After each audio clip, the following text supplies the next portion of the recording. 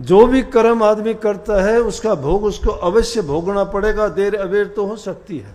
परंतु ये इस युग की खूबी भी है कि इन बातों को देख के घबराना और डरना भी नहीं चाहिए।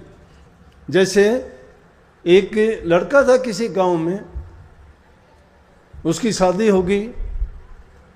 शादी करने के बाद उसकी माँ कुछ बूढ़ी हुई तो कहने लगी कि बेटा बहू को ले आ, मेरे से काम नहीं होता है। लड़का बहू को लेने के लिए गया। कच्चे रास्ते थे, पुराना जमाना था, आजकल जैसा नहीं था। जब वो रास्ते से चला जा रहा था तो उसने देखा कि एक जगह जंगल में आग लगी हुई है, और जहां आग लगी हुई है उसमें उसको एक सांप का मुंह दिखाई देता है। वो सांप अपना मुंह निकालता है फिर अंदर कर लेता है। उसने एक बार देखा, शक हुआ कि आग में सांप कहां से हो सकता है, लेकिन वो सांप जब बाहर निकलता अग्नि को देख के फिर अंदर चला जाता। अग्नि की तपन के कारण जमीन भी गर्म थी और उस बिल से वो निकलना चाहता था। कोई भी जीव होता है जब उसको तकलीफ होती है, चाहे वो उसको कितना भी योनि उसकी बुरी हो, गंदी हो, कितना भी उसको दुख कष्ट हो, लेकिन उसी योनि में वो सुखी रहता है। कितने कितने गंदी योनियां हैं, जीव उसमें सुखी है। वो क्यों है कि जब ये जीवों को काल पुरुष इस दुनिया में लेके आया तो उसने वरदान मांग लिया था कि जो भी रूहें मुझे दी गई हैं उन रूहों को जिस योनि में भेजा जाए उसी योनि में खुश रहें।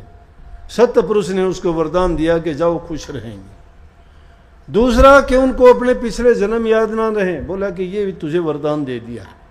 तो ये एक वरदान इसे जीव को मिला हुआ है कि जिस योनि में चाहे कितना भी तकलीफ हो, कितनी भी गंदा जीवन वो व्यतीत करता हो, लेकिन उसको अगर तुम मारने के लिए जाओगे तो वो मरना नहीं चाहता। सुअर जैसी गंदी योनि भिष्टा खा के पेट भरता है, सर्प जैसी योनि जिसके पैर नहीं, पैर पेट के बल चलता है, हाथ नहीं, पाँव नहीं, कान नहीं, क्या उसका जीवन है। अगर कोई दूसरा जीव उस पर आक्रमण कर दे तो उसके पास एक मुंह के सिवाय या कोई रास्ता थोड़ा है कि वो बचाव कर लेगा अपना, नहीं, सिर्फ अपने मुंह को ही तो बचाता है। कितने और दूसरे जीव जंतु हैं, पक्षी हैं, क्या कर सकते हैं, उड़ सकते हैं, भाग सकते हैं, जानवर हैं वो भी इसी प्रकार से। लेकिन इंसान को सारे बहुत अच्छी अच्छी चीज़ों से प्रभु ने नवाजा। मेरा कहने का तात्पर्य उस कहानी का भी मतलब यही है कि कोई भी जीव किसी भी योनि में जाता है उसमें खुश रहेगा, वो छोड़ना नहीं चाहता उसको। आप चाहे उसको लाख कहो कि चल तेरे को मैं ये करवा दूंगा। महात्माओं ने ऐसे ऐसे कई उदाहरण दिए भी, उन जीवों के पास जाके कहने लगे अरे चल तुझे मैं बैकुंठ में ले चलता हूँ, स्वर्ग लोक में ले चलता हूँ, तुझे विष्णुपुरी में जगह दिला देता हूँ, क्यों इतनी गंदी योनियों में पड़ता है। लेकिन इनकार कर देता है, कहता है कि अभी तो मैं खुश हूँ, मेरे परिवार में खुश हूँ, मेरे बच्चों में खुश हूँ, तेरा क्या लेता हूँ मैं, कभी चलूँगा, अगर मौका लग गया तो फिर आना। तो ऐसी ऐसी अनेकों कहानियाँ हैं, कई बार सत्संगों में बताई भी जाती हैं। तो उस सर्प का भी यही हाल था, लेकिन बाहर जब निकलता तो उसको बेचारे को तपन लगती, फिर अंदर चला जाता। उसने सोचा, उसके पास गया, जाके देखा तो सर्प कहने लगा कि भाई मुझे बाहर निकाल दे तू, मैं तेरा एहसान नहीं भूलूंगा। दया आई, इंसान फिर भी दूसरे की पीड़ा समझता है, और धर्म का ये मूल है, जो इंसान पर पीड़ा को समझता है उसके बड़ा कोई धर्म नहीं है।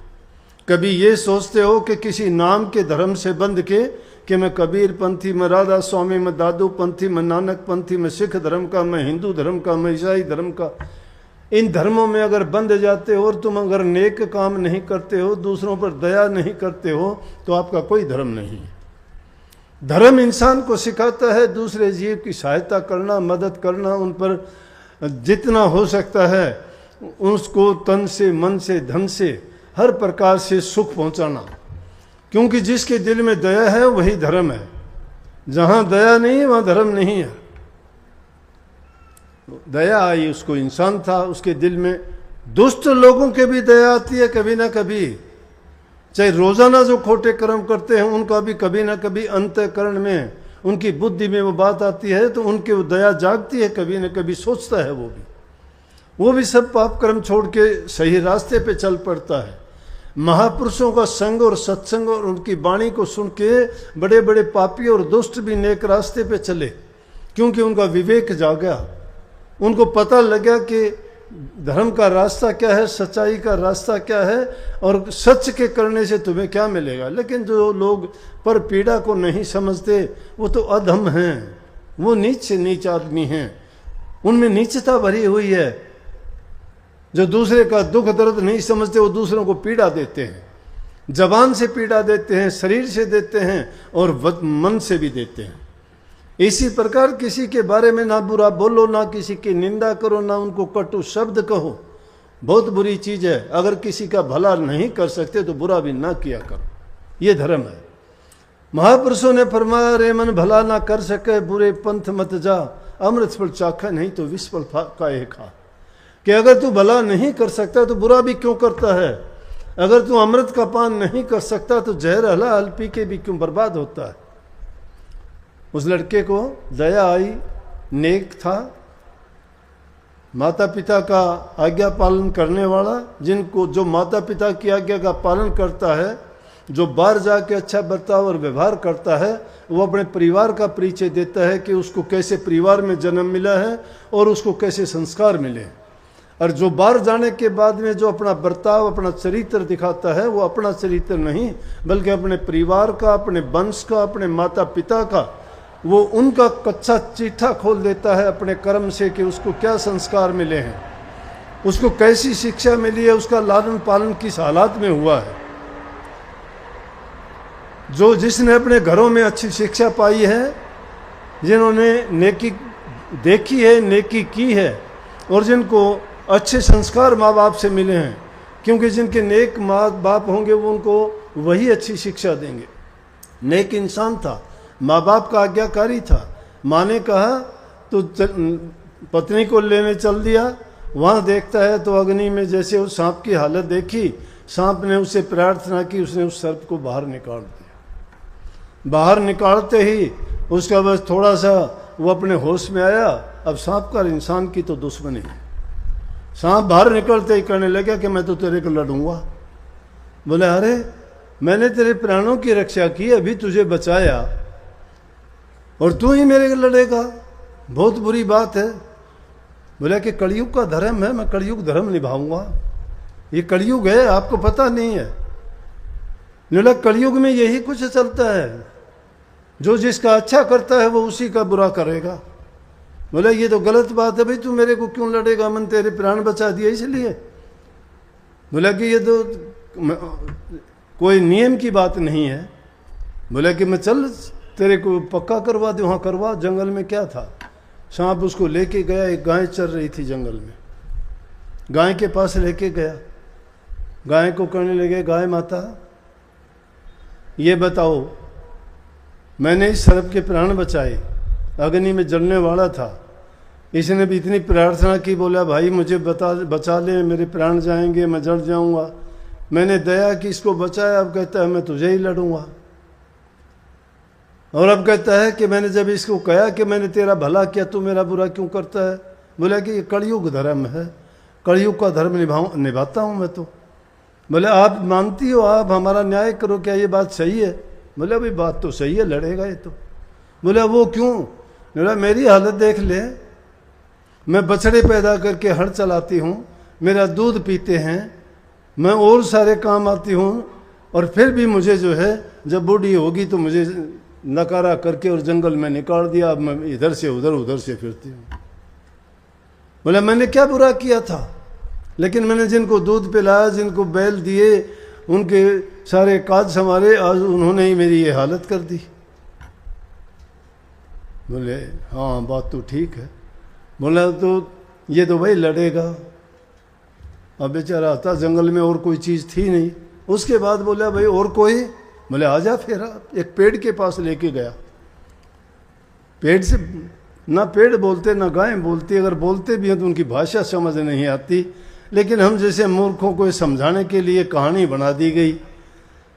पेड़ के पास लेके गए, पेड़ से बोले पेड़ बोल भाई कि ऐसे ऐसे बात हुई है, और ये अब कहता है सर अब मैं लड़ूंगा। बोला कि अच्छी बात है, लड़ेगा ये तो। बोला क्यों? बोला मेरी हालत देख, मैं इंसान के पैदा होने से शुरू होता हूँ उसकी भलाई के लिए। जब से मैं जब से इंसान पैदा होता है उसी टाइम से सारी चीज़ें लकड़ी की हैं। जन्म से लेके मृत्यु तक उसका कल्याण भी मैं करता हूँ, अग्नि में मुझे ही जला के और उसे का कल्याण किया जाता है। लेकिन फिर भी ये इंसान मुझे काटता रहता है, संघर्ष मुझे करना पड़ता है। बोला कलयुग का धर्म यही है। तो बोला फिर? बोले करेगा ऐसा। उसने सोच लिया अब तो कोई दूसरा रास्ता नहीं है, सरब से करने लगे। अरे शादी हुई थी, पत्नी को लेने जा रहा था, कम से कम इतना तो कर दे, मैं मेरी पत्नी से एक बार मिल के आ जाऊं।